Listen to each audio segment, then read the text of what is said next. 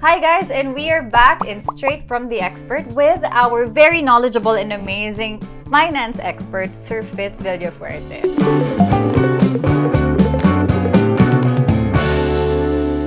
When talking about investments, naturally, pag-uusapan natin yung budget. Yung pera natin, ganyan, paano natin siya gagamitin. Pero bilang nasa adulting era tayo, hindi natin maiiwasang mapasplurge ng kaunti, which eventually affects our budget for investing sana. Will you please teach us how to, quote-unquote, heal our inner child properly para hindi gaanong umara yung mga wallets tsaka funds namin with what we thought are small expenses, but when you put them all together, medyo malaki pala siya.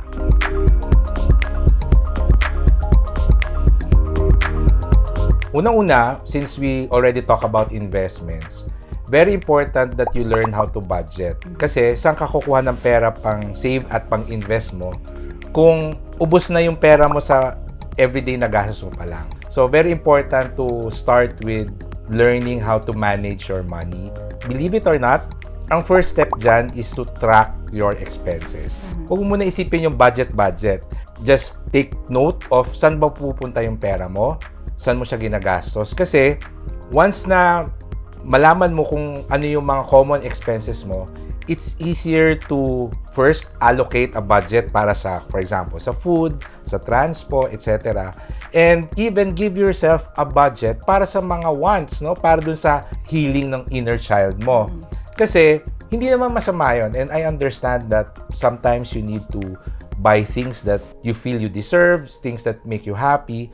Ang sa akin lang is make sure that you're not overspending. So, how do you know if you're overspending, or how do you know exactly how much your budget is for your shopping? Then, you first track your expenses so that you know exactly na ito yung limit ko sa paggastos. Ano yung key on how to manage our bonuses wisely while, properly rewarding yourself, but still, leaving some for investments? Sa akin, ang priority mo dapat dyan is yung magbayad ng utang. Yeah?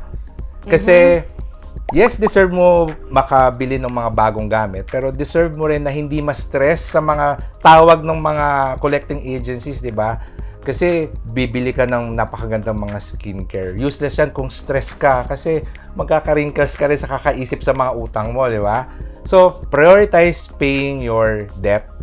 Once na mabayaran mo na yung mga utang mo or okay na yung mga loans mo, I think you can choose kung saan mo gagamitin yung mga bonuses. You can probably buy something that you've always wanted, something that you've been longing to buy for yourself. Kasi, yeah, deserve mo to. Pero, unahin yung utang. Yeah. Yun lang yung simple kong request eh.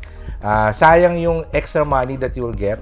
So at least, pay off your debt, your loans. I see now everything is pretty clear, but where do you suggest we invest our bonuses? If we want to invest that bonus, where would you suggest that they do it? Oh, very interesting yan because iba-iba kasi yung mga tao. Ang lagi kong tanong is, ano ba yung bagay na gusto mong bilhin and kailan yon? Because your investment choice will depend on your financial goal.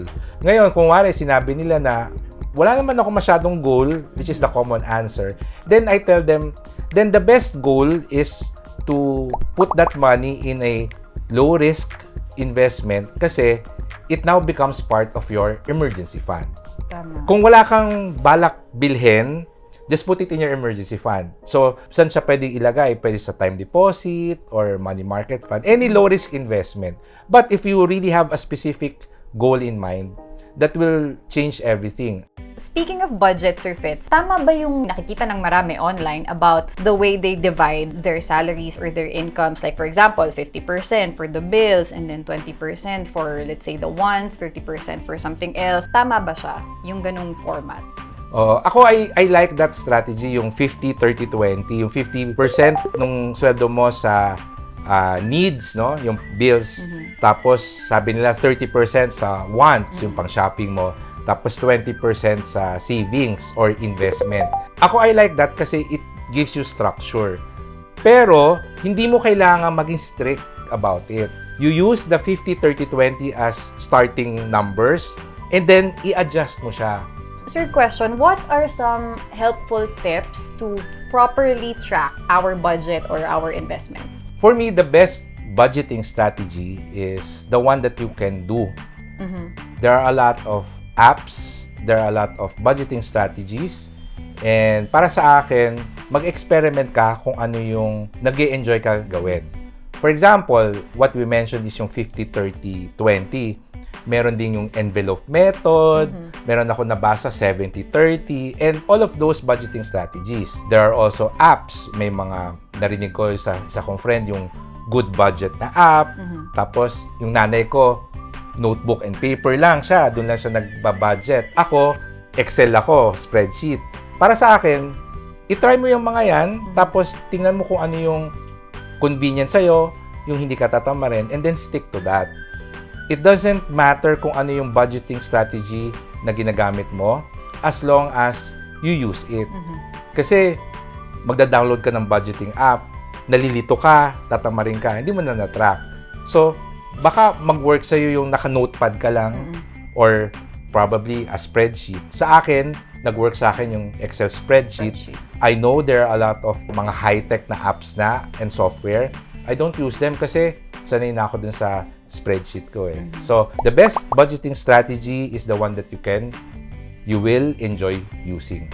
Okay, Sir Fitz, before we wrap all this up, before we end this episode, ano na lang po yung pinaka-importanting bagay that our viewers should remember once they start investing? Siguro ang pinakamagandang dapat tatandaan is personal finance is personal. Iba-iba yung situation natin, iba-iba yung resources, iba-iba yung access sa mga opportunities. Huwag natin i-compare yung sarili natin. May mga naririnig kasi ako na, dapat may kotse na ako ng ganitong edad or dapat may sarili na akong bahay. Pero baka kasi iba yung pacing ng life mo, iba yung opportunities na na-encounter mo. So, always important to check who you were last year. Iko-compare mo lang yung sarili mo kung sino ka dati. And if there's improvement, there's progress, then you're doing good. Personal finance is personal. Yung investing strategies, budgeting strategies, hanapin mo kung saan ka mag-e-enjoy na strategy, yung budgeting mo, yung allocation mo, kung ano yung kaya nung sweldo mo, yun yung magiging allocation mo ng budget mo. So, try to avoid comparing yourself sa mga kakilala mo. Instead, use them as your inspiration and motivation, but make sure that you are only in competition with who you were in the past. So, make sure na every year, nag-i-improve yung finances mo. And I'm very sure, through the years and up until you retire, makaka-build ka ng malaking wealth. Sir Fitz, saan namin kayo pwedeng ma-reach? Social media accounts, your office, saan po natin ito mahahanap? If they're interested to learn more about personal finance, I have a portal. It's readytoberich.com. So, nandun na lahat yung link papunta sa YouTube channel, Facebook, Instagram, Twitter, or X, no? So, they can just go to readytoberich.com, but I hope they can check out yung YouTube channel natin. So, youtube.com/readytoberichYT. Nilagyan ko ng YT for YouTube. And our Facebook page, facebook.com/readytoberich. But for my other social media accounts, nasa portal ko, readytoberich.com.